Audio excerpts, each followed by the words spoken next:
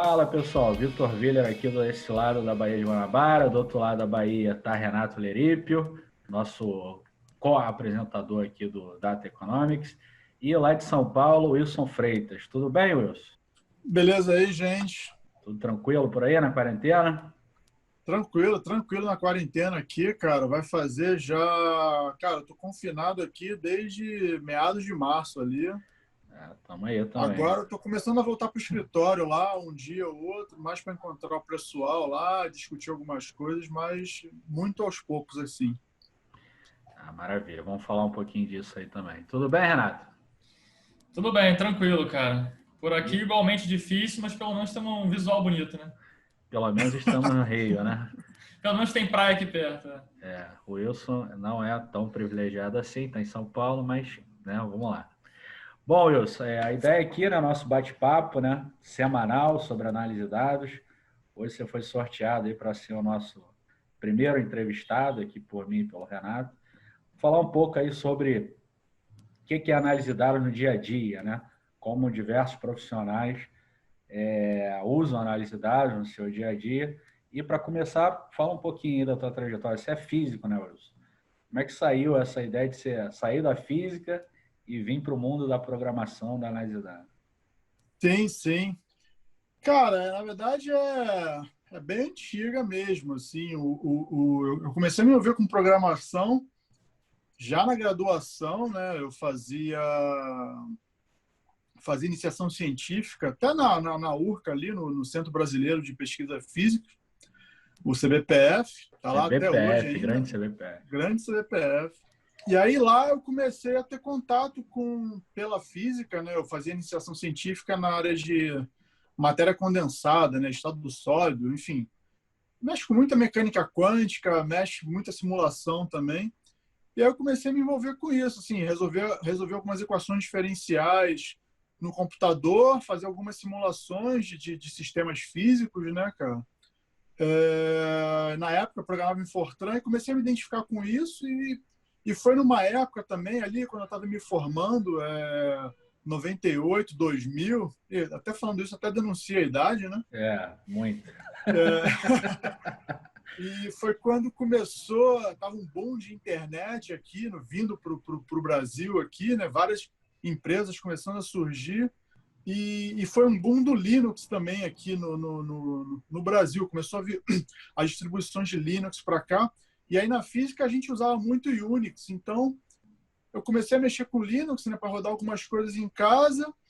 E aí gostei daquilo. Aí comecei a me envolver mais com sistema operacional, mais com programação. Aí tinham várias linguagens, né?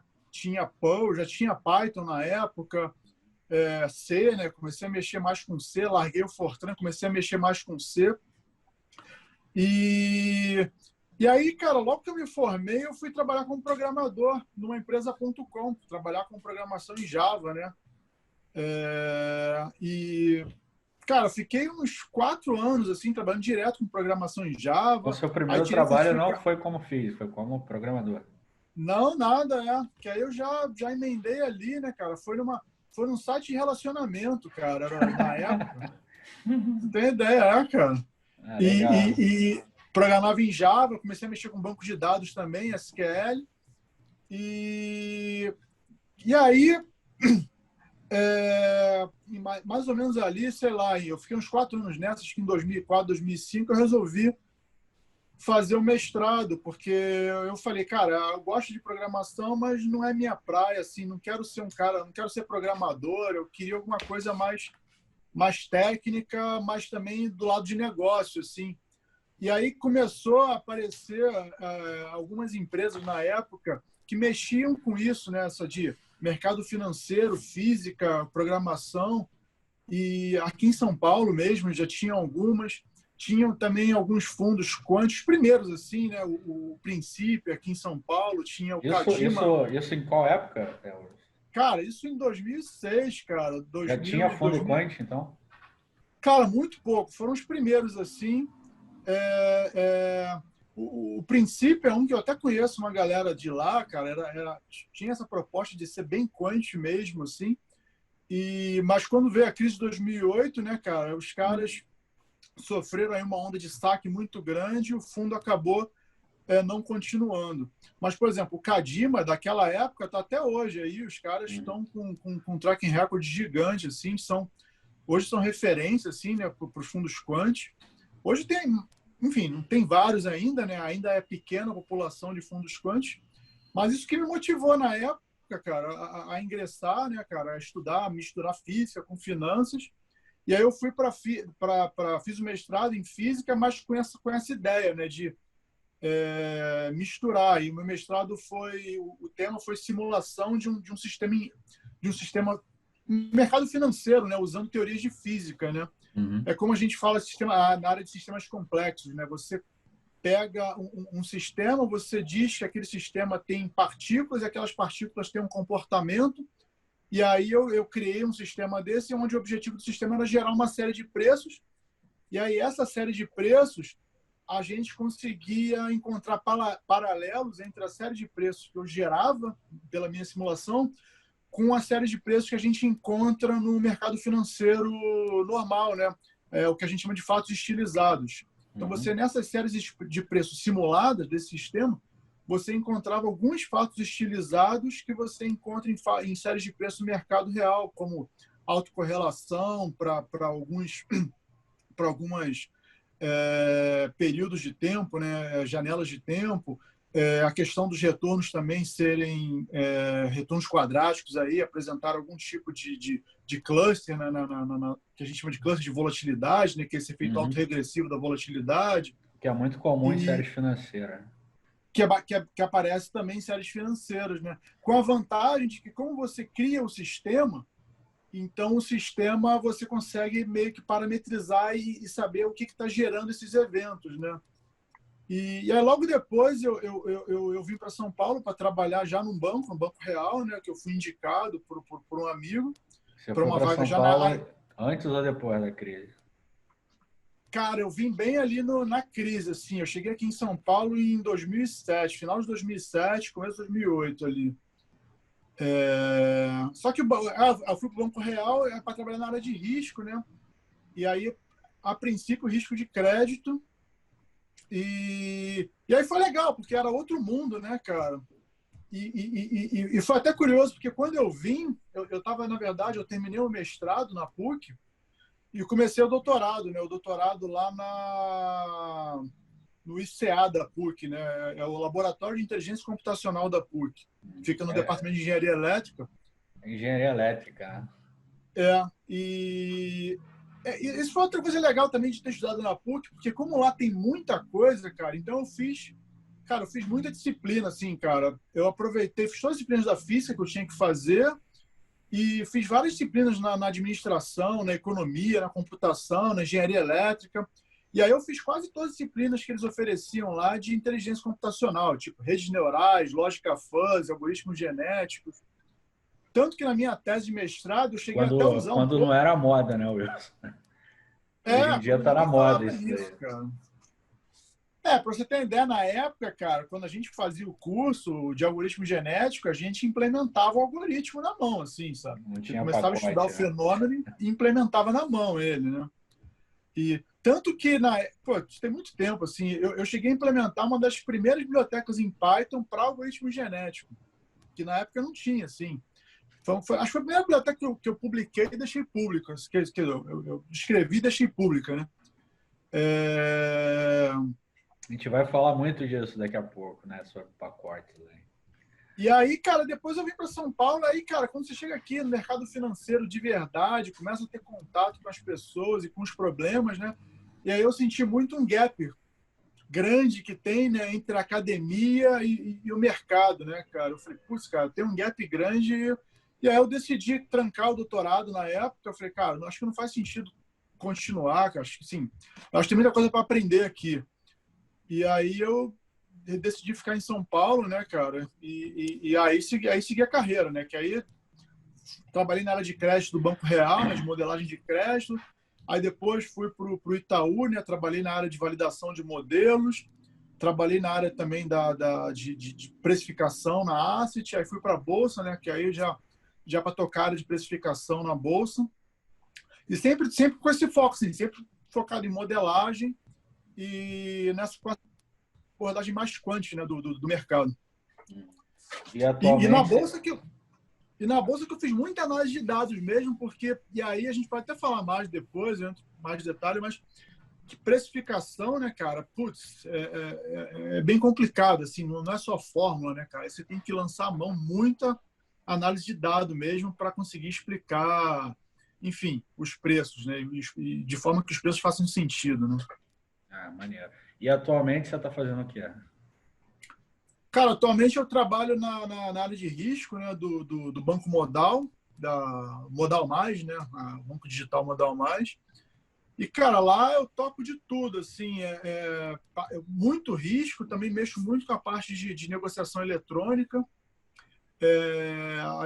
Enfim, eu controlo algumas estratégias lá, né, um livro que a gente tem que operar e para isso também eu faço muita análise de dados, né, para ajustar alguns algoritmos para essas estratégias. Me envolvo muito também na parte de análise dos clientes, né, cara, para entender assim, do que a gente está fazendo, enfim, do lado de risco, né, porque o risco lá, numa corretora, ele não tem só, além do papel de controle, a gente também tem um pouco de produto, assim, né, de ajudar as áreas de negócio, né, cara, a gerar receita, né, cara, melhorando os nossos controles de risco, né, melhorando aí o nosso nível de alavancagem, né, cara, aí mais clientes operam. E aí, com isso, também eu acabo tendo que estudar um pouco o perfil desses clientes para entender, né, o que a gente está fazendo, o que a gente pode fazer ali para melhorar os produtos que a gente tem alguma atuação, vamos dizer assim. Então você tem que entender do business também, de várias áreas, né? Sim, bastante, cara, bastante. Lá E é legal, porque assim, na Bolsa eu tinha uma participação muito, apesar de estar no mercado, assim, né? Eu basicamente controlava os preços, né? Então, a minha responsabilidade na Bolsa era divulgar os preços de todos os ativos e, basicamente, os derivativos que eram negociados na Bolsa, né? Então, era uma visão muito para os produtos, né? Mas não do ponto de vista de quem está negociando o produto, sabe? Eu simplesmente tinha que, cara, como é que eu crio um modelo, né? Crio uma metodologia para dar um preço para esse produto aqui, da melhor forma possível. E o que seria a melhor forma possível? De uma forma que qualquer usuário do mercado, qualquer praticante aí do mercado consiga reproduzir, né? E que eu consiga explicar isso, que faça sentido, né? E que as informações que eu utilizo, né, para dar preço para esses produtos sejam públicas e acessíveis aí a todos os agentes, né? É um trabalheiro do cacete, né? Sim, é um trabalho grande, assim, cara, e muito criticado.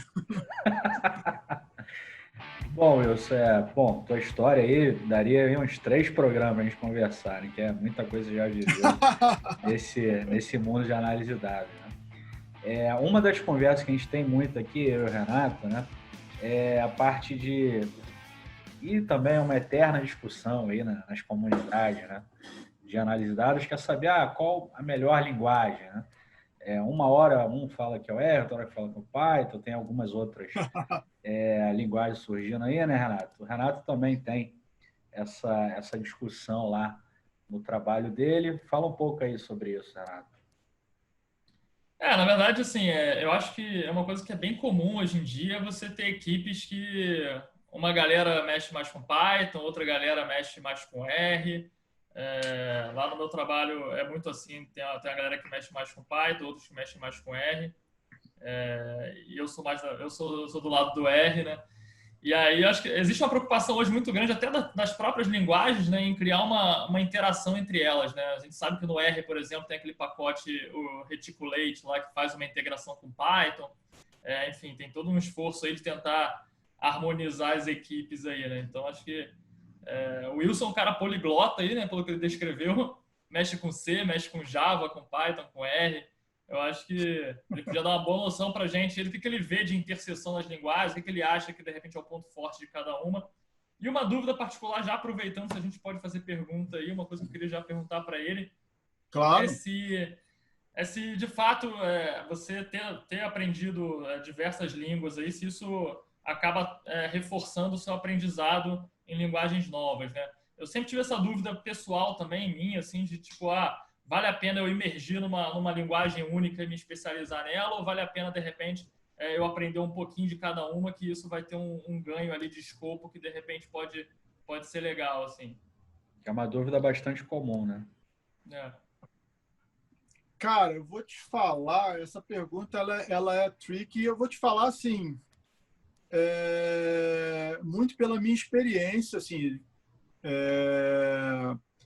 muito do que eu vivi mesmo, cara. Eu acho que isso é muito natural, sabe? Se você falar, cara, será que vale a pena aprender várias linguagens?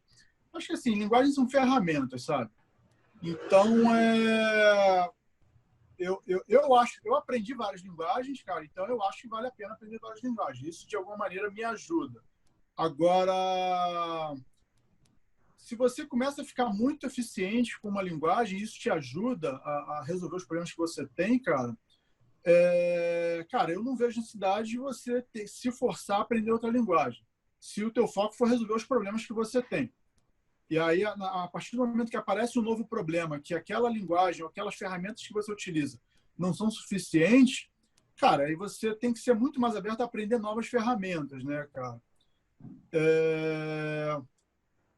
Agora, por exemplo, como você falou, eu comecei a mexer com C no começo, depois comecei a programar profissionalmente em Java. E aí, na época que eu programava em Java, tinha uma discussão muito grande assim, de linguagens compiladas e linguagens não compiladas. E aí, as linguagens compiladas, como C, Java, eram tidas linguagens para fazer coisas sérias. E linguagens não compiladas, como Python e Perl, por exemplo, né? Tem outros, mas eram linguagens, a gente chama de toy language. E assim, e aí o que aconteceu? Hoje essas linguagens que eram linguagens de brinquedo, né, como Python e linguagens de script, estão dominando. Você ganhar uma escala Ruby, Python, ganhar uma escala absurda, assim, quantidade de aplicações que você tem escritas com ela. O que eu acho mais interessante, e o que eu acho que ajuda muito em aprender várias linguagens, é que cada linguagem, cara, tem uma filosofia, sabe? Interna. E eu senti muito isso e também eu sofri muito por causa disso, porque quando eu programava em Java, então Java tinha toda uma estrutura de você organizar o teu pensamento para programar naquilo. E aí quando você vai para uma outra linguagem, por exemplo, eu comecei a programar em Python, eu comecei a programar em Python, cara, na versão 1.5 do Python. Assim. Nossa. Faz tempo. Então, 3.8 já? Agora a gente está quase na versão 4, né? E aí, naquela época, quando eu comecei a programar em Python, eu levava o que eu fazia em Java para o Python, né? E aí você vê naturalmente isso. Aí, hoje a gente chama isso de código, não é um código pythônico, né? Você vê claramente a pessoa que traz a experiência de uma outra linguagem para o Python. E aí, por exemplo, eu comecei a programar em Python com aquele jeitão de Java. E aí, quando eu comecei, até foi no Itaú, quando eu trabalhei no Itaú, a gente comecei a mexer com o MATLAB. E aí eu comecei a mexer com o MATLAB, aí quis botar o jeitão que eu programava em Python no MATLAB. E aí ficava uma coisa estranha. E aí, nessa época, cara, para mim caiu uma ficha que foi muito forte, entender essa questão da filosofia das linguagens, né? Que eu comecei a ler muito livros de MATLAB na época e entender que para o MATLAB você tinha uma forma de escrita que otimizava muito o teu código. E aí, quando você começa a escrever dessa maneira, cara, o teu código funciona mais rápido, ele fica mais legível para outras pessoas que leem. E aí eu comecei a entender a diferença também de uma linguagem, vamos dizer assim, para fazer sistemas, né, para uma linguagem científica, que aí é mais uma pegada de escrever programas, né, com essa pegada científica. E aí eu comecei a levar isso para o Python também. E isso me ajudou também a escrever um código mais simples no Python. E aí eu já estava programando mais em Python, e aí já comecei a fazer um código mais pythônico também, você começa a ler muito código dos outros e entender o que a linguagem te oferece, né, para sintetizar o código.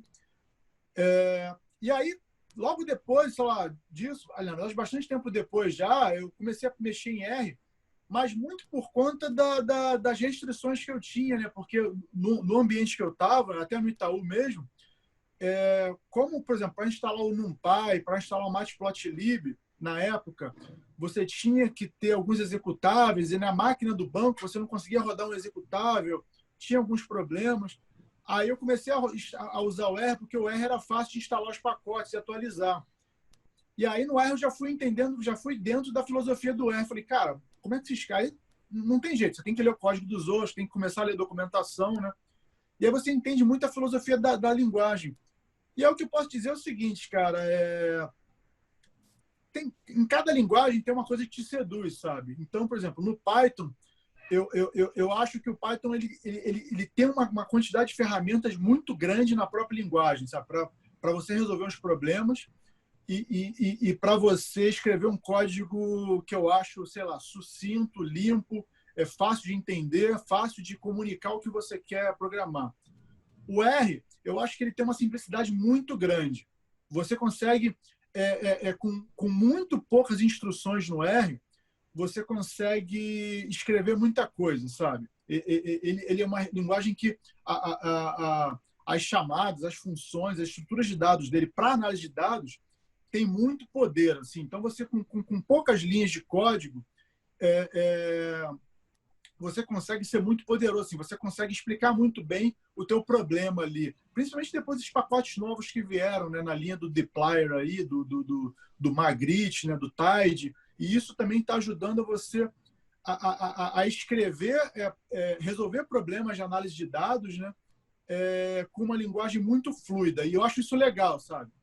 Por exemplo, eu acho muito legal você no R você declarar as classes usando generics. Então, você cria uma classe de uma forma muito simples e via generics você começa a escrever método para aquelas classes. Então, é uma orientação a objeto muito simples. Por outro lado, é muito poderosa. Isso é bem legal. Eu acho isso muito legal.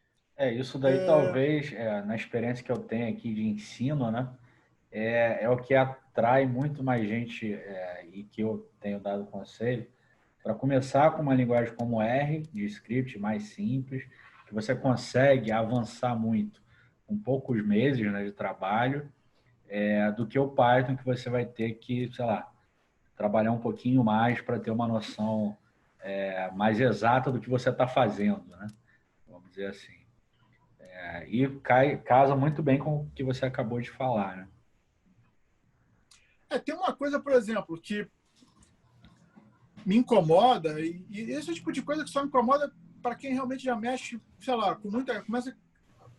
que mexe com muitas linguagens e acaba se incomodando com coisas muito pequenas, né?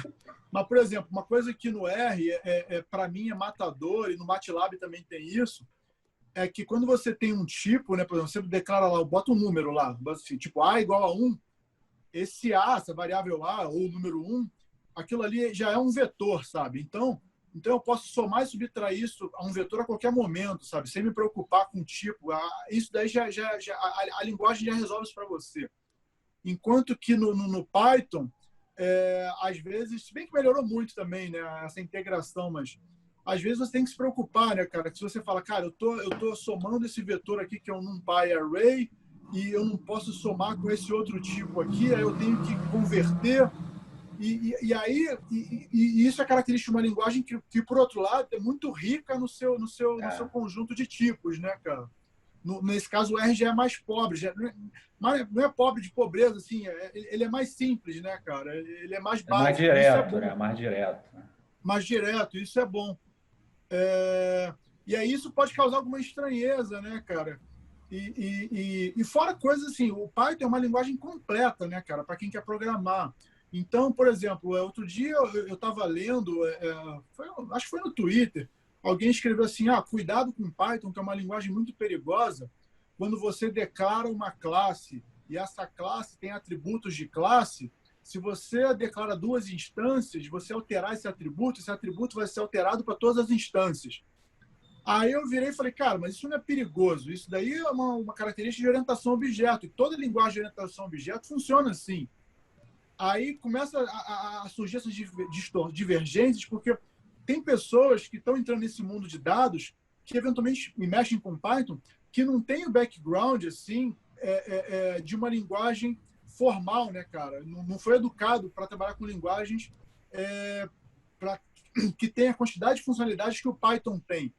Então, você consegue usar o Python muito bem ali só para resolver os seus problemas de análise de dados, mas ele tem, cara, um conjunto enorme de características que é da própria linguagem, sabe?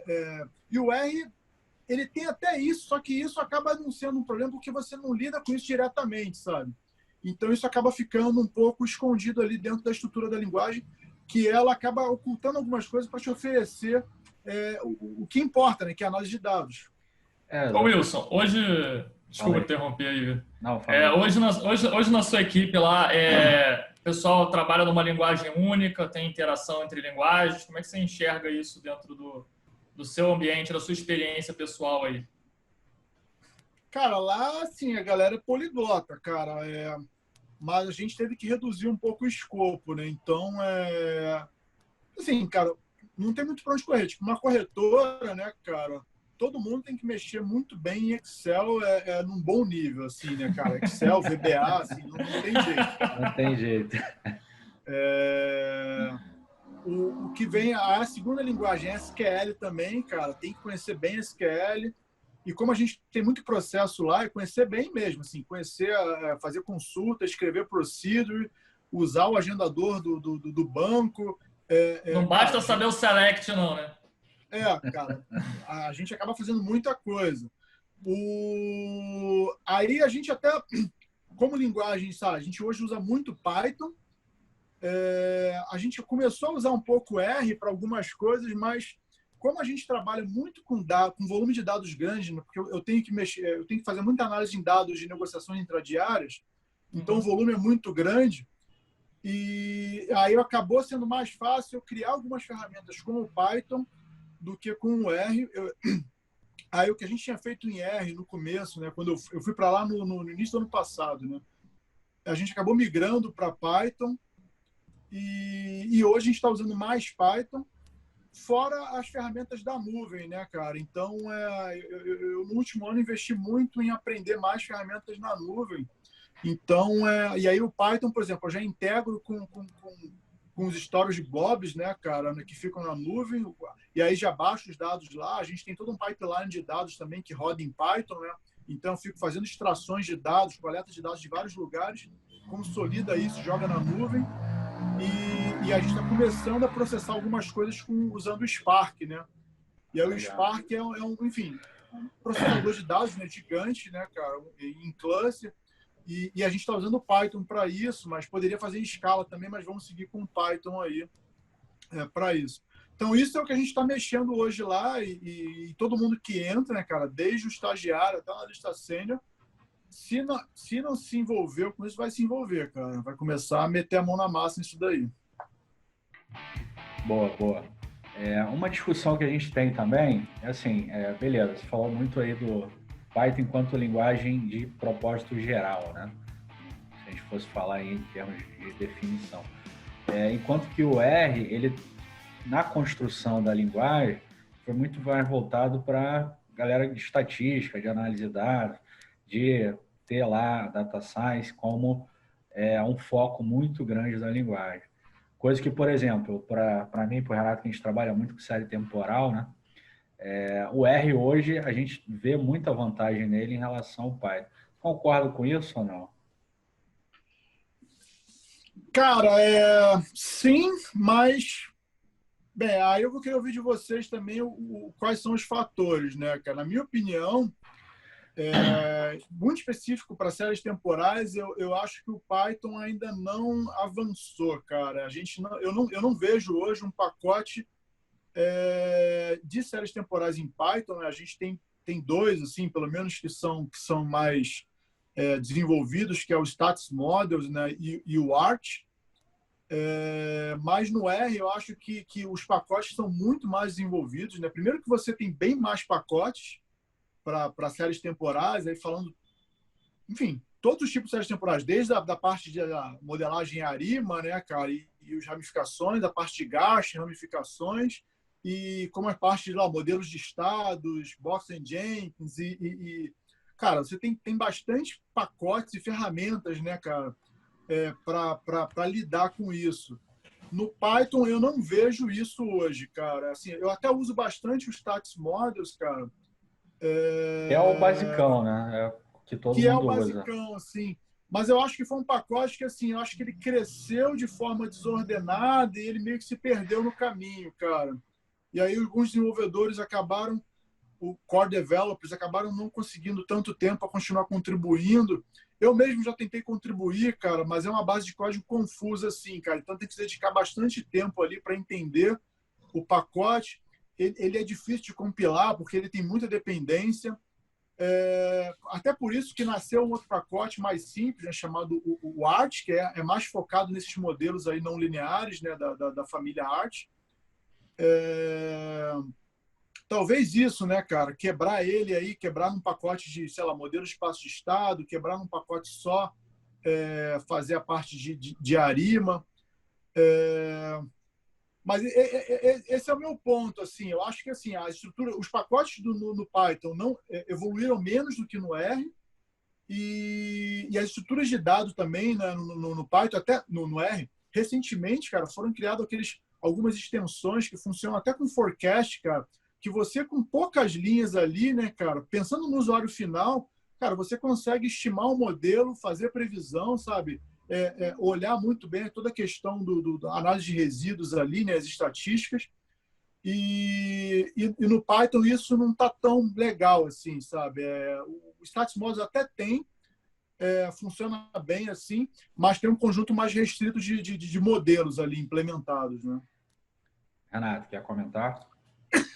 Não, assim, minha experiência é bem profunda, mais em R mesmo, então, assim, eu sou muito pouco conhecedor de Python para comentar essa comparação, mas o que eu diria é que, realmente, assim, no meu pipeline de trabalho, assim, que envolve, sobretudo, essa parte de séries temporais e previsão, assim, realmente salta aos olhos como o R é rico nesse aspecto, né? A gente tem pacotes aí, acho que o Wilson citou bem, o pacote Forecast aí do Bob Hindman é um puta pacote, assim, é um pacote que cobre completamente todas as etapas que você faz no processo de projeção.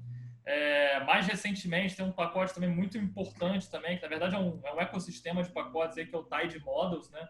Que ele integra toda a parte também de fabricação e de modelos de machine learning, inclusive. Então, assim, as coisas estão muito bem conectadas, né? Eu acho que a grande vantagem que eu vejo no R hoje é que você tem um ecossistema muito bem conectado para quem trabalha com séries temporais, né? Seja com modelos estatísticos mais tradicionais, seja com essa parte mais de machine learning. E aí, aproveitando isso, é até uma coisa que quando o Wilson falou assim, me veio a provocação na cabeça, eu vou perguntar, né? Porque, assim, existe essa rivalidade aí R-Python, mas dentro da comunidade de usuários de R existe também a rivalidade lá do R-Base com o Tidyverse, né? E aí o Wilson até citou aí do dplyr, Magritte e tal. Eu sou Tidyverse puro, assim, eu acho que eu comecei, obviamente, programando em R-Base, né? Na época que eu comecei não tinha Tidyverse. Mas hoje em dia, assim, eu mudei completamente de lado e hoje minha filosofia é toda Tidyverse. Eu penso Tidyverse, eu escrevo Tidyverse. E, assim, eu vejo muitas vantagens nisso, né? Como o Wilson falou, acho que o código fica bem limpo, ele fica integrado e ele fica fácil de comunicar para quem entende, obviamente, aquela lógica. A minha dúvida sempre que vem alguém vem me perguntar assim, o que você recomenda para aprender R? Eu sempre fico na dúvida se eu mando a pessoa aprender diretamente o Tidyverse ou se eu falo para ela dar uma pincelada assim, na linguagem, aprender aquelas classes lá de linguagem mais básica e tal, né? E tem muita gente que fala que você colocar o Tidyverse está subvertendo um pouco a linguagem, está criando um novo vocabulário, né? Uma nova gramática que substitui aquilo. E geralmente o pessoal que tem essa experiência de outras linguagens acha um pouco ruim isso, mas pelo que eu vi não é o seu caso. Queria que você falasse um pouquinho de como você enxerga essas transformações, essa nova roupagem que o R ganhou, se você acha que vale a pena, se não vale. Cara, eu acho que vale sim, isso é engraçado. Eu acho que vale totalmente a pena, mas eu sou crítico, cara. Inclusive, eu já respondi post do próprio Hadley, né, cara? Tem um tempo, né, que ele falou, a gente está criando aqui, acho que estava lançando algum pacote, né, cara? E aí eu peguei, respondi provocando ele, falei, cara, mas acho que vocês... eu só queria entender qual é o propósito de recriar outra linguagem em cima de uma linguagem, né, cara? E aí ele falou, ele respondeu na boa, assim, falou, cara, que a gente quer aproveitar o melhor que é a comunidade. E acho que ele está certo, cara. eu acho que esse avanço que o Tidyverse, que o Tide, né, cara, na verdade tudo começa com o post do Hadley, post não, com o artigo do Hadley, né, cara, de Tide Análise, né, cara, e onde ele mostra, né, cara, falou, cara, análise de dados enfim, eu entendo que essa abordagem para análise de dados, Tide, e aí ele explica o que é isso, né, cara, por onde a gente tem que seguir, cara, e aí foi o que motivou muito ele a escrever o ggplot, né, cara, e eu acho que muito nessa abordagem, de querer comunicar melhor, sabe, cara, eu já tive que ler programas de outras pessoas, assim, por exemplo, no SAIS, cara, e é um inferno, assim, porque os programas ficam gigantes, cara, várias transformações, cara, e você meio que se perde em algum momento, e no R isso, de alguma maneira, fica mais claro. Eu só acho que... E aí é uma briga mais complicada, né, cara, que a comunidade, junto com o consórcio lá, que comanda a linguagem, eu acho que eles deviam se esforçar, cara, para integrar logo isso dentro da linguagem, sabe? Eu acho que, por exemplo, a questão do pipe já está difundida, sabe? Aquilo ali veio para ficar. Para mim não faz mais sentido hoje olhar um código em R para análise de dados assim, cara, e não usar pipe, sabe? Uhum. Então eu acho que assim, cara, integra logo, sabe? Traz logo isso para a linguagem, sabe? Então você já vai, você pode eliminar uma série de dependências, até pessoas que escrevem pacotes, que, por exemplo, o Tide, mal ou bem, cara, ele é turbinado, ele tem muita dependência. Então, por exemplo, para quem escreve pacote, eu evitava, sabe, usar qualquer coisa Tide no meu pacote, porque senão ia começar a trazer um monte de dependência, cara, que às vezes não é o objetivo, sabe, do pacote. Se você vai fazer um pacote Tide, ok, então você vai lá, importa o Tide, uma grid, enfim. Agora, no meu caso, que eu fazia pacotes mais específicos para resolver problemas mais específicos, eu entendo que não faz sentido você ficar carregando muitas dependências. Então, para mim, esse é um ponto, sabe? Então, eu acho que tem um trabalho aí. Eu sei que existem discussões nesse sentido, mas nesse ponto, diferente do Python, né, cara, o desenvolvimento do R ele é mais fechado, né, cara? É um grupo pequeno que controla isso. Tem até um repositório no GitHub que fala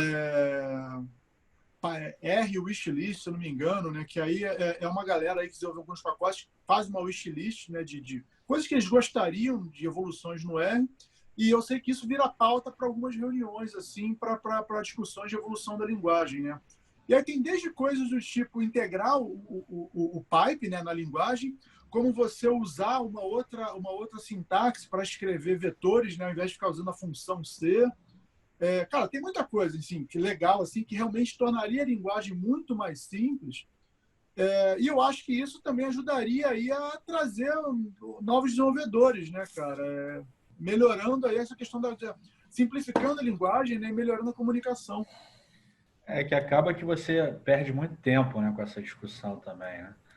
Vai ser Tide, vai ser R-Base e acaba deixando o que importa de lado, né, que é evoluir a linguagem. Exatamente. Eu voto assim, Tide acho que veio para ficar, eu acho que facilita muito, cara. Você usar o Tidyverse mesmo, cara, você começa a fazer análise com aquilo, carrega o dataset, vai fazendo os group bys e os filtros. Cara, aquilo ali, cara, é uma cachaça, sabe? É uma cachaça. Cara, e você vai escrever. Cara, por exemplo, agora eu uso muito pandas, assim, né?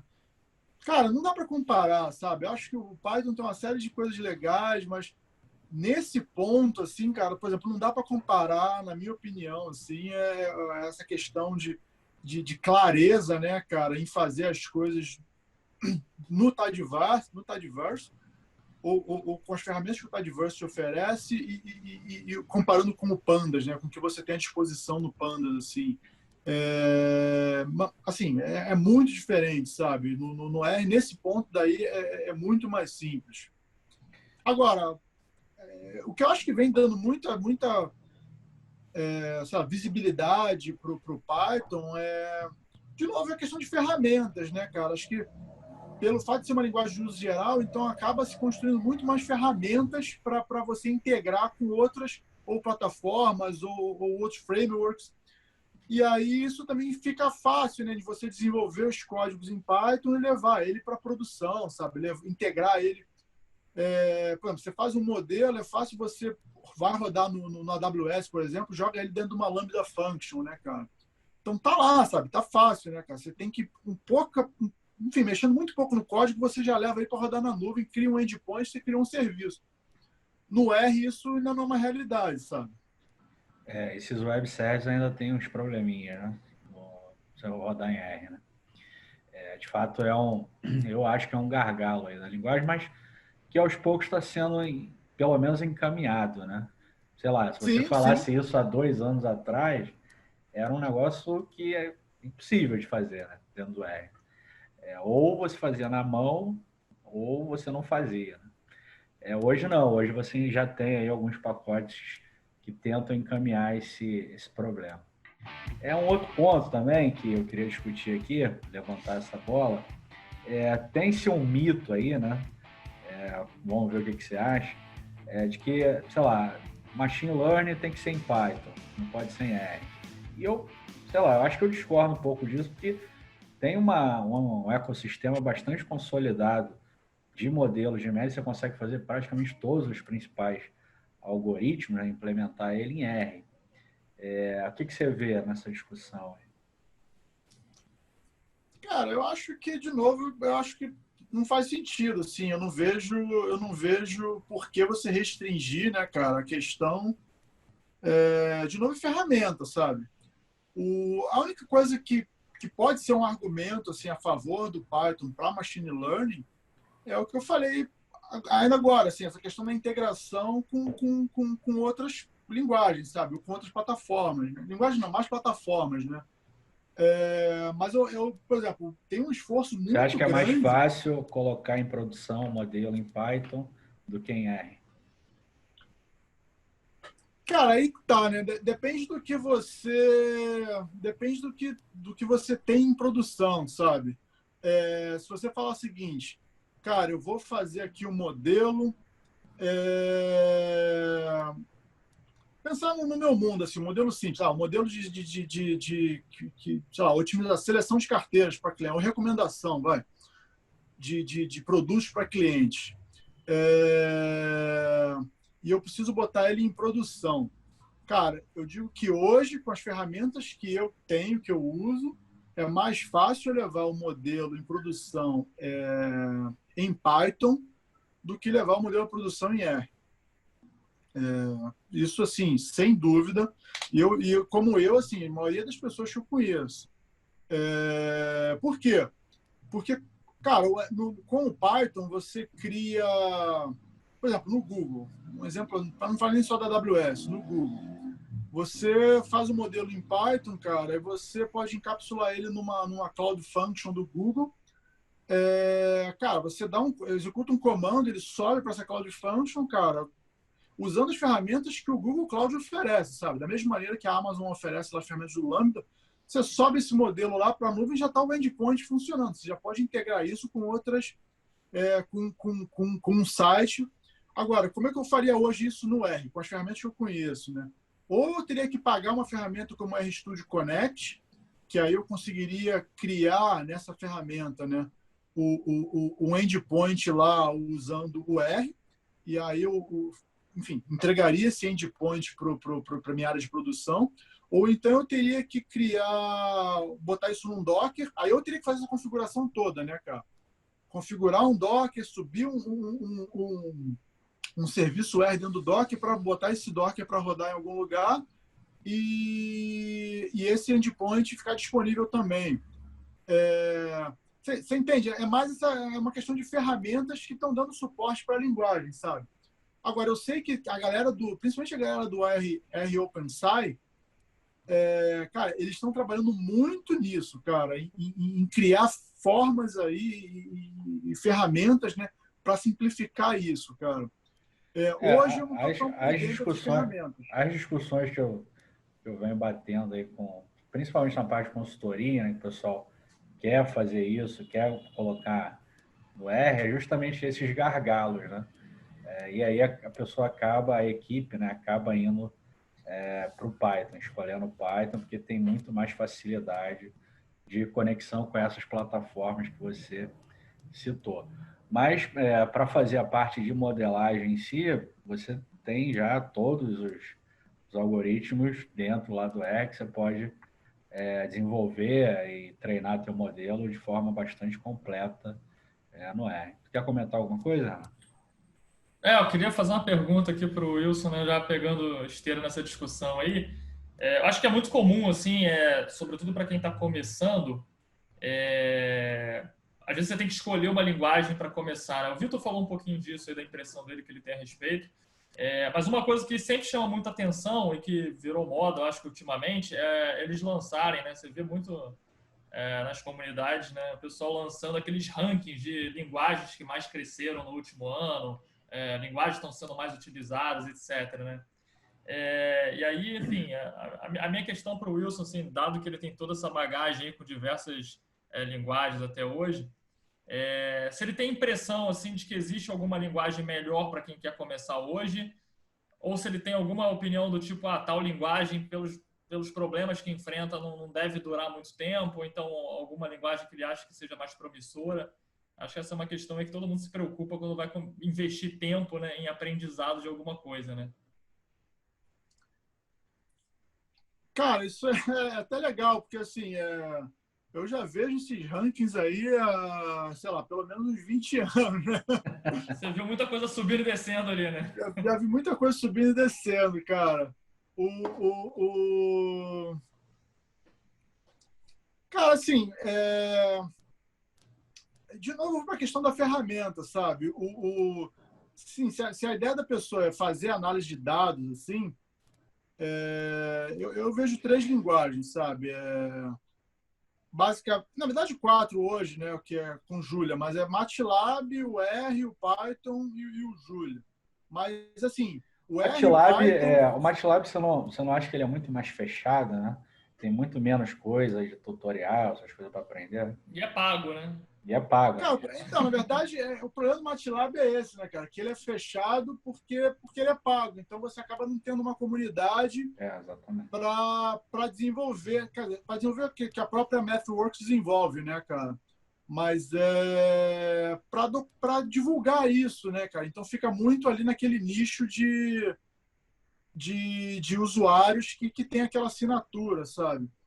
Mas, se bem que acho que hoje o que o Python e o R já alcançam, né, de processamento, assim, se não bate, fica pau a pau com o MATLAB. O MATLAB ele teve muito espaço porque realmente ele conseguia processar grandes volumes, né, de dados, assim, com um ótimo desempenho, né? Mas eu acho também que ele meio que se perdeu no caminho ali, para essa questão da análise de dados, né? Quando, por exemplo, comparando com o data frame no R, o MATLAB ele demorou muito para ter uma estrutura de dados como o data frame, né? Que é uma estrutura de dados heterogênea, onde você tem vários tipos numa mesma estrutura. Coloca qualquer tipo de dado. Exato. Ele era muito eficiente para você processar matriz. Aí você acabava tendo que pegar o teu dataset, converter todo ele, né, para um formato numérico para processar no MATLAB. Eu sei que hoje isso já não é verdade, né? Mas e pelo fato dele ser pago e ser caro também, então acaba não... Mas eu não sei, eu tenho uma questão de saudosismo com o MATLAB, porque eu aprendi muito com essa questão da filosofia de programação, de computação científica, né, nas idades. Eu tenho que dizer que eu aprendi muito com o MATLAB, cara, em mudar a chave, sabe? De programador de orientação a objeto, né, programas estruturados de orientação a objeto, para programador de computação científica e análise de dados. Mas, assim, tentando voltar para a pergunta, cara, as linguagens vêm e vão, sabe? Por exemplo, há muitos anos, cara, Java, PHP e Perl, quer dizer, Java, PHP e o C# estão no topo ali, sabe? C++. Cara, por quê? Porque você acabou, durante ao longo dos anos, construindo uma base de códigos gigante nessas linguagens que você não muda mais, sabe? Tem coisa ali que você não vai refazer em outras linguagens. Agora, eu acho que o Python, cara, ele é muito, como linguagem de uso geral, cara, ele é muito simples e ele tem uma filosofia que é muito direta ao ponto, sabe? Então, para quem quer programar com orientação a objeto, entender essa questão de paradigma funcional, cara, eu acho que o Python é uma linguagem bem completa e vai ajudar muito nisso. Agora, para análise de dados, cara, para mim o data frame do R, cara, é imbatível, assim, cara. A simplicidade do data frame do R, sabe? É imbatível. A questão também no R que eu uso muito e gosto, a questão dos objetos XTS, né, para processamento de séries temporais. Cara, aquilo ali, assim, é muito rápido, é muito bom, sabe? É muito fácil de usar, sabe? Depois que você acostuma, você faz muita transformação nas tuas séries temporais com aquilo ali. E ele tem uma linguagem também muito fluida, né? Para você fazer. Sim, você tem uma série que está, sei lá, por minuto, e aí você converte isso para uma série em horas, depois converte. Isso, assim, usando a linguagem, né, cara? Toda a sintaxe que eles conseguiram adaptar para a linguagem para simplificar isso, né? O Pandas faz isso também, sabe? Da mesma maneira. Só que eu acho que no R você tem um ganho aí de novo, da implementação, na simplificação, para você entender o problema, sabe? Então, eu acho muito isso, cara. Mas, por exemplo, você fala, cara, vale a pena aprender Java? Cara, eu acho que você vai sofrer muito para aprender Java, sabe?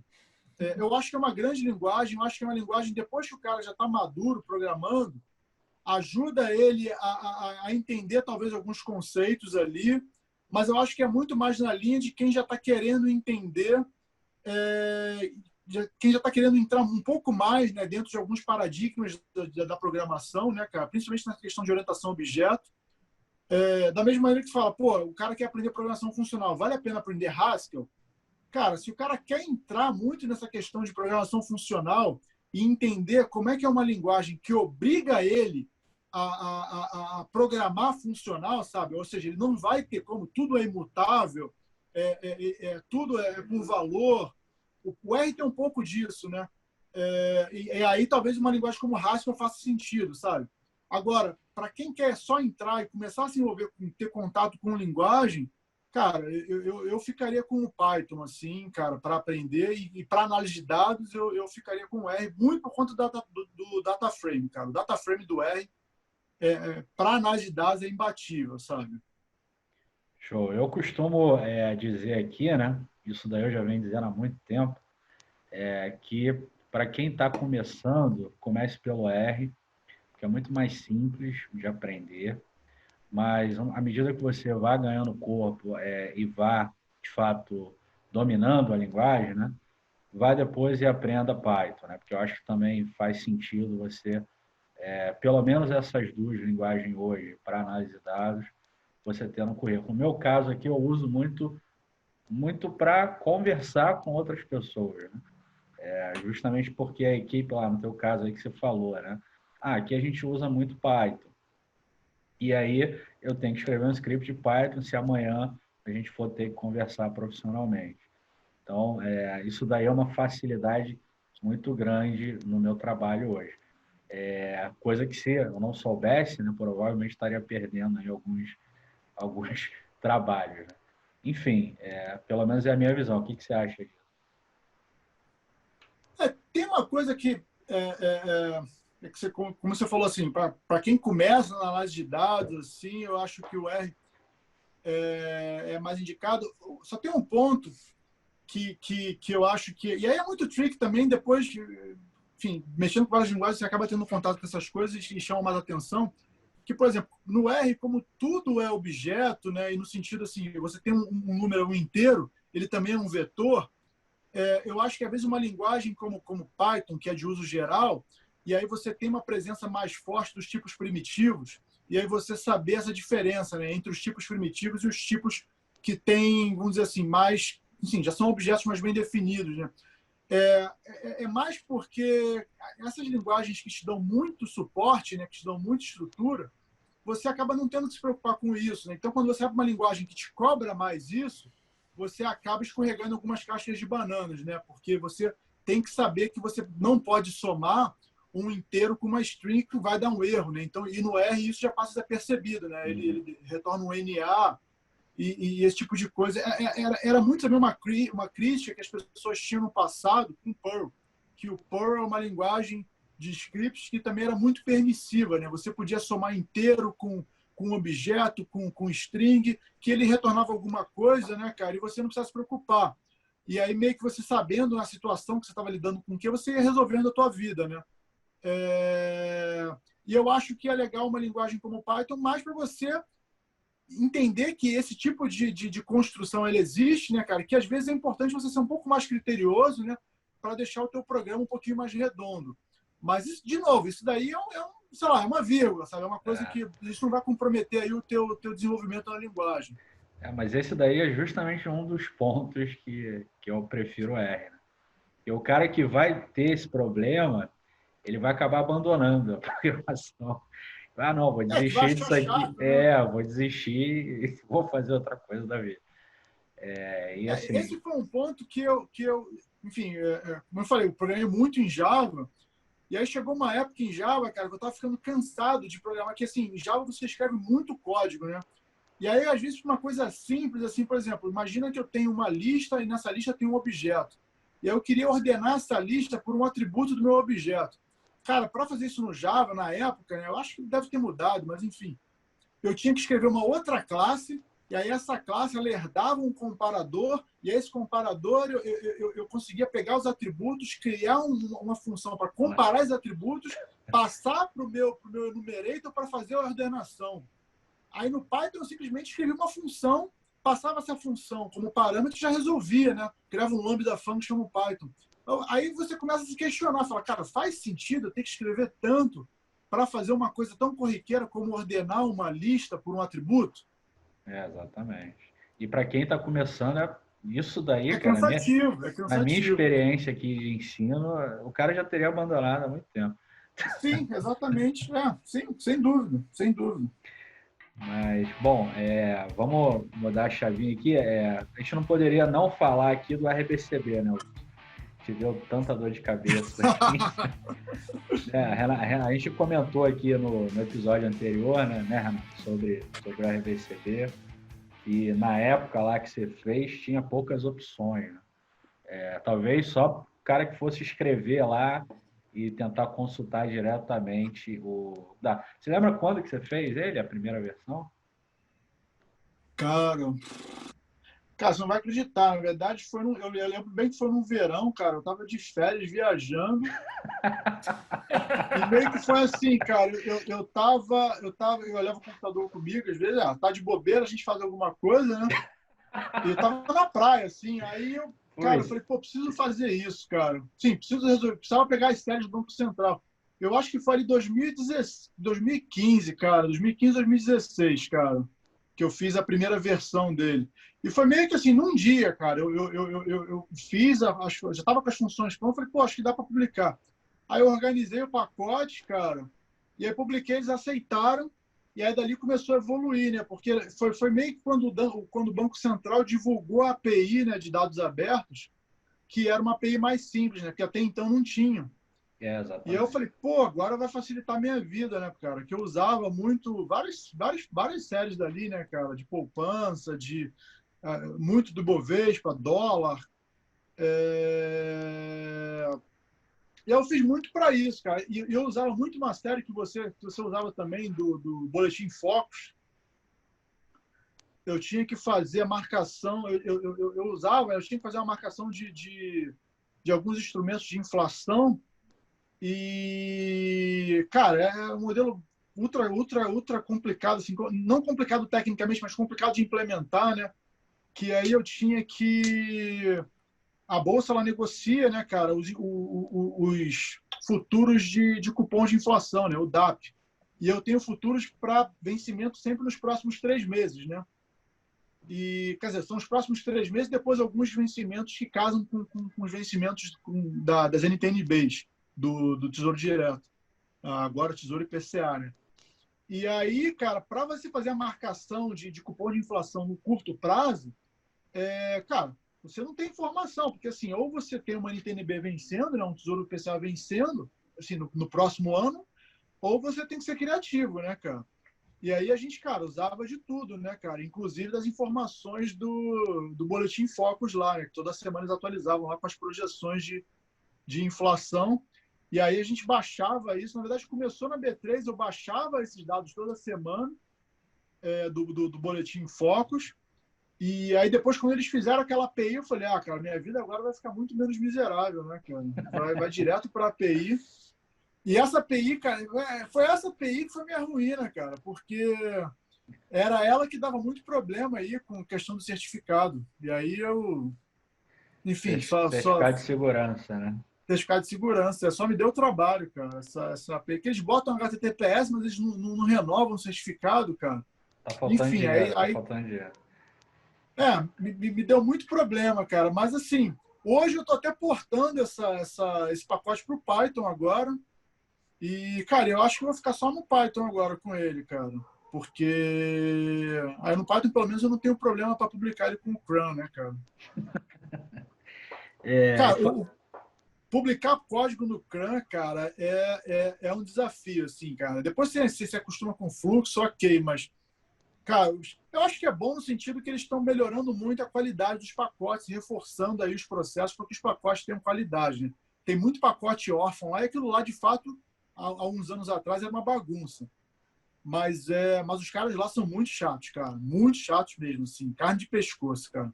É mais difícil publicar um paper ou publicar um pacote no CRAN? Cara, eu vou te falar que não sei, cara. Pau a pau, cara. Assim, Renato, não, quer falar alguma vem, coisa? vai e vem, cara. É chato, cara. É chato. Até você resolver. Agora melhorou muito, mas antigamente, quando você rodava o RMD check lá, né? Tinham verificações que o CRAN rodava que não estavam no RMD check. E aí você fazia o teu pacote, ele passava em tudo no RMD check do R local, e aí quando chegava no CRAN dava um erro. Aí o cara falava, ainda tá dando erro aqui. Eu falei, caraca, mano. E aí você tem que esperar o cara responder para ver qual erro dava, para você tentar resolver e mandar de novo. Sim, mas melhorou muito. Nesse ponto, a turma do Hadley lá trabalhou muito para organizar isso. O DevTools, cara, é uma ferramenta, para quem desenvolve pacote, é excepcional. Assim, endereça, acho que hoje, praticamente tudo, assim, desenvolvimento de pacote no R. Show, legal. Bom, eu queria dizer que eu gosto muito de R, eu gosto muito de praia, mas os dois juntos, assim, eu nunca experimentei. Mas a pergunta que eu tinha que fazer pro Wilson agora, cara, já entrando nessa pegada aí dos pacotes e tal, é uma coisa que assim, me interessa muito, né? Tem meio que uma brincadeira, assim, um jargão aí dentro da comunidade que se você tem que fazer a mesma ação mais de duas vezes, faça uma função. Se você precisa realizar essa função mais de duas vezes, faz um pacote, né? E aí, assim, a minha experiência pessoal com isso é que chegou um certo momento assim, no meu desenvolvimento dentro da linguagem que eu senti a necessidade de fazer pacote e eu me obriguei a isso até por uma questão assim, de ganhar musculatura mesmo, assim, de entender como é que as coisas funcionam num nível um pouquinho mais sofisticado e tal.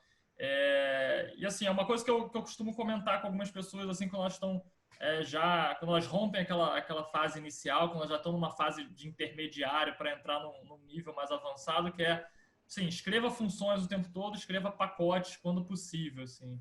E aí, assim, eu queria saber da sua experiência, esse turning point para você, quando você começou a escrever pacotes ali, qual a importância que você vê nisso? Você acha que isso é uma etapa fundamental no desenvolvimento da incorporação da linguagem mesmo na sua rotina? Como é que funcionou isso tudo para você? E se você recomenda isso como uma forma assim, de ganhar musculatura mesmo dentro da linguagem? Cara, recomendo fortemente escrever pacote para ganhar musculatura na linguagem, mas principalmente para organizar as coisas que você faz, cara. Porque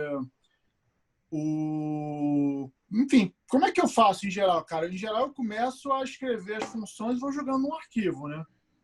E aí, se eu sinto que eu já estou tendo que levar esse arquivo para cada programa que eu quero escrever, sabe? Copia aqui, copia colar. Eu falo, cara, acho que já faz sentido botar isso numa estrutura para eu importar esse cara, instalar. Nem que eu faça um pacote...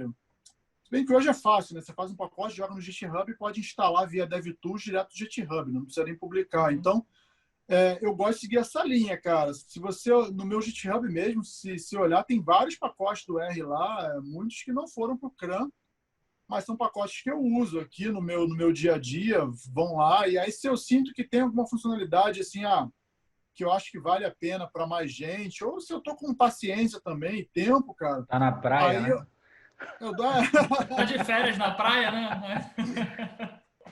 eu documento, cara, e aí... Porque, na verdade, para mim, o pior mesmo do pacote, cara, é escrever documentação, É a cara. numeração, né? O Roxygen melhorou muito isso, mas ainda é um saco, né? Cara, mas é chato, assim, cara. Então, para mim, é a pior parte, assim, escrever documentação e aí, se eu sinto que o pacote, pô, tá útil, a galera, pô, vai ter aí alguma demanda, sei lá, alguém vai usar, cara. Aí eu acho acho que vale a pena criar, mas assim, o legal do R de criar o pacote é que a estrutura dele é bem fechada, né, cara? E aí é legal você entender um pouco dessa dinâmica também, como você falou, né? Para ganhar musculatura na linguagem, você entender. Eu aprendi muito, cara, da linguagem escrevendo pacote, sabe? E entender como organizar, boas práticas, né? Comecei a ler muito outros pacotes, cara.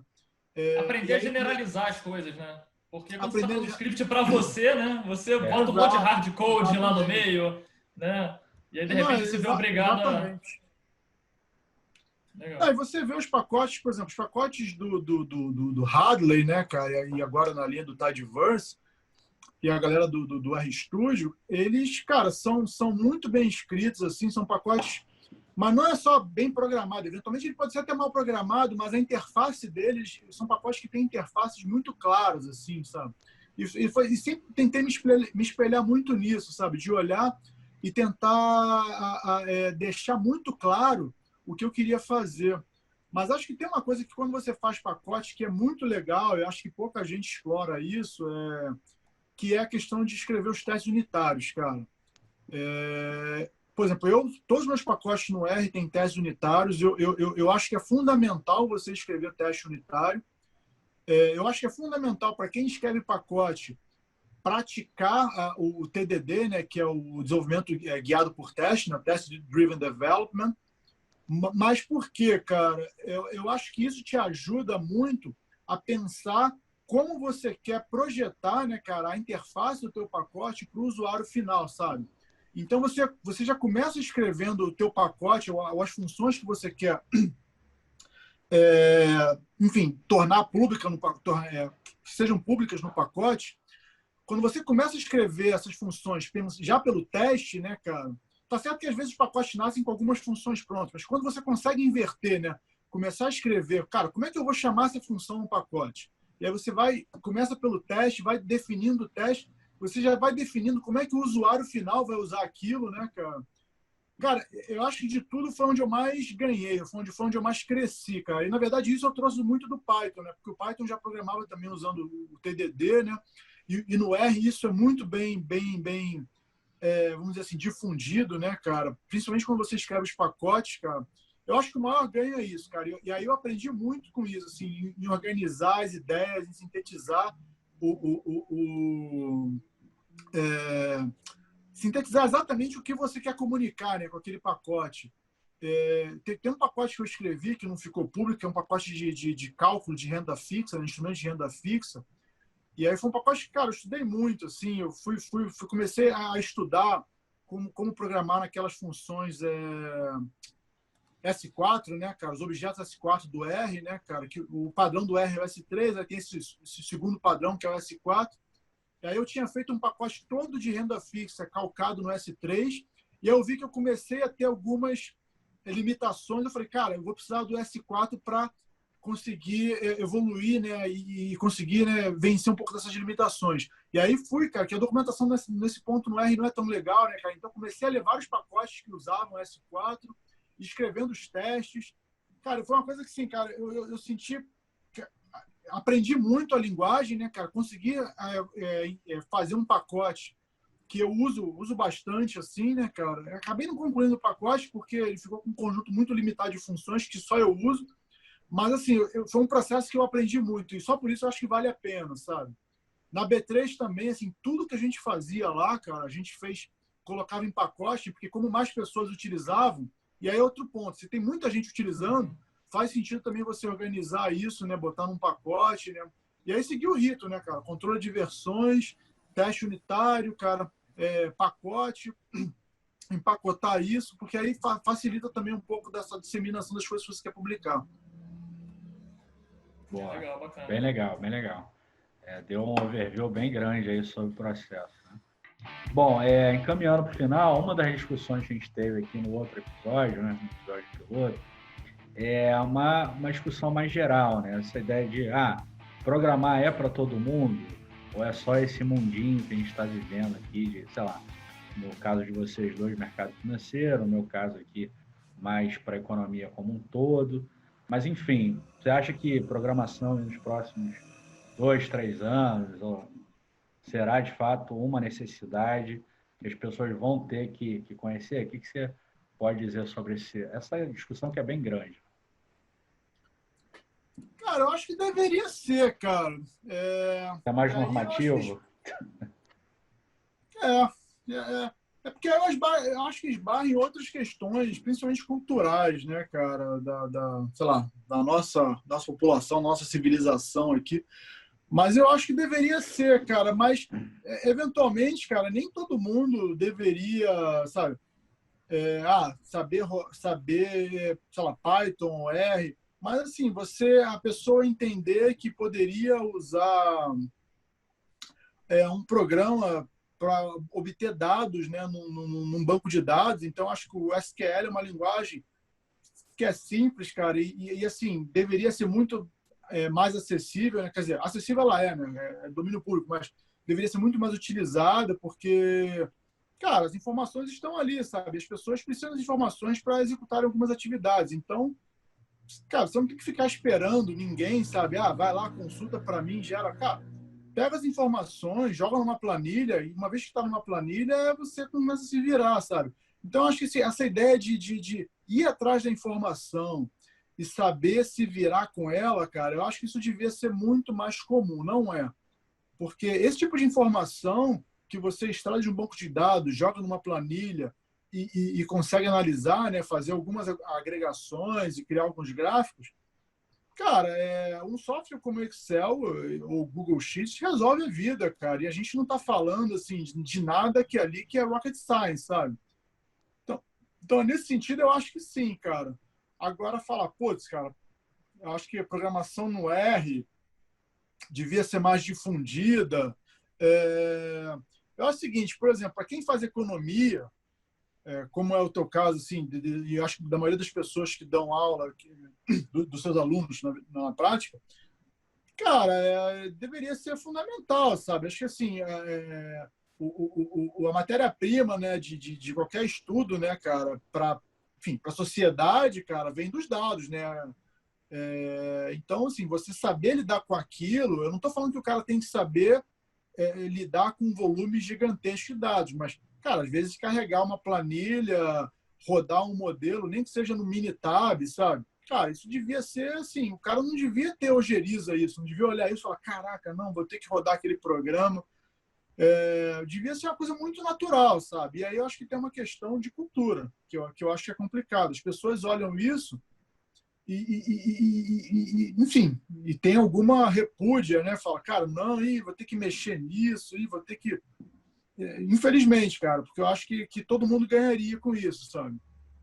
Assim, é uma discussão que eu também tenho com o Renato, né? Eu acho que hoje está muito mais difundido, né? Tem melhorado essa ojeriza aí que você comentou, né? Sei lá, há 2 anos atrás era muito pior. Pelo menos eu tenho percebido aqui que tem melhorado isso.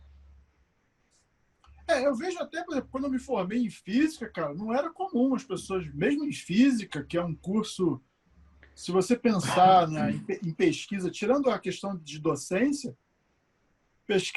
pensar em pesquisa em física, cara, você não faz mais pesquisa em física sem um computador, sabe? Você não fica mais provando teorema hoje. Você desenvolve até uma teoria, você pode até escrever, fazer muita conta, né?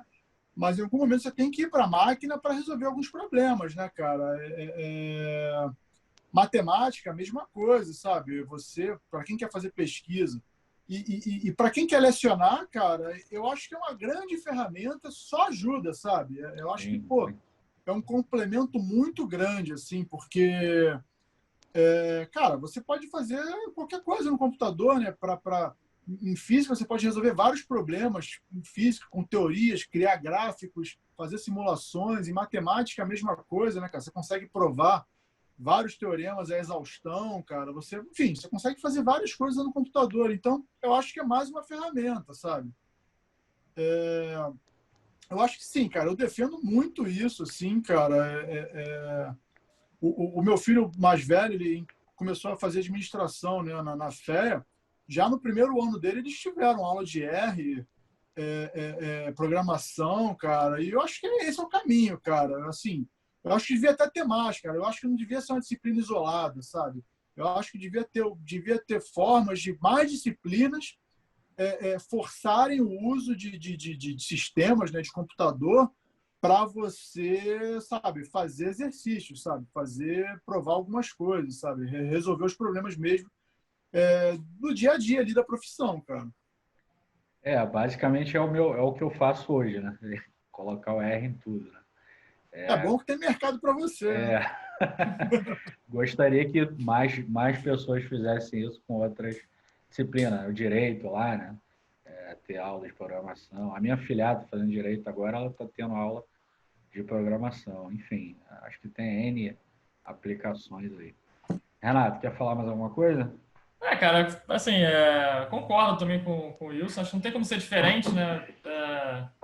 Como eu falei até no primeiro episódio, né? Eu tive uma experiência em instituição de pesquisa, eu tive experiência em setor público e agora em setor privado, mercado financeiro. E, assim, por onde eu passei, eu vi que tem muita gente boa programando e a demanda para isso é infinito, né? A gente tem muito processo que, se não está automatizado ainda, mas é totalmente passível e vai precisar ser automatizado em algum momento, assim, breve, né? Então, eu acho que, sem dúvida, para quem está pensando, assim, se vale a pena ou não, acho que tem que mergulhar de cabeça, né?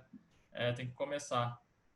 E, assim, enfim, meu trabalho depende disso, né? Então, não dá para ser diferente, né? Show de bola. Bom, acho que foi uma conversa bem rica aí, né? Abordamos um monte de coisa. Para terminar, eu queria te fazer uma última pergunta que é provocativa. Fala aí. A gente comentou aqui nos bastidores, né? Você é carioca, né? Acabou trocando o Rio por São Paulo. O que você aprendeu aí? Você já está há quanto tempo? 12 anos em São Paulo? Cara, eu vim para cá 12 anos já, cara. 12 para 13 anos já. E aí, porque a gente aqui é time Rio, né? É time R e time Rio, né? O Renato e eu. O que você acha aí que São Paulo... teve uma diáspora muito grande do Rio para São Paulo. Muita gente saiu daqui e foi para São Paulo. O que você acha que São Paulo aí seria melhor do que o Rio? Cara, para mim é complicado falar porque assim, eu trabalho no mercado financeiro, né? Então, Não o mercado tem alternativa.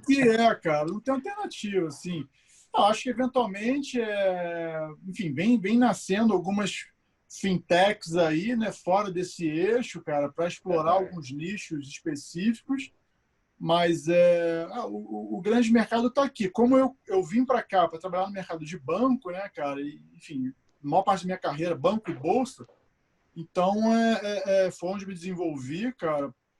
Não tem muito jeito, sabe? O mercado está aqui.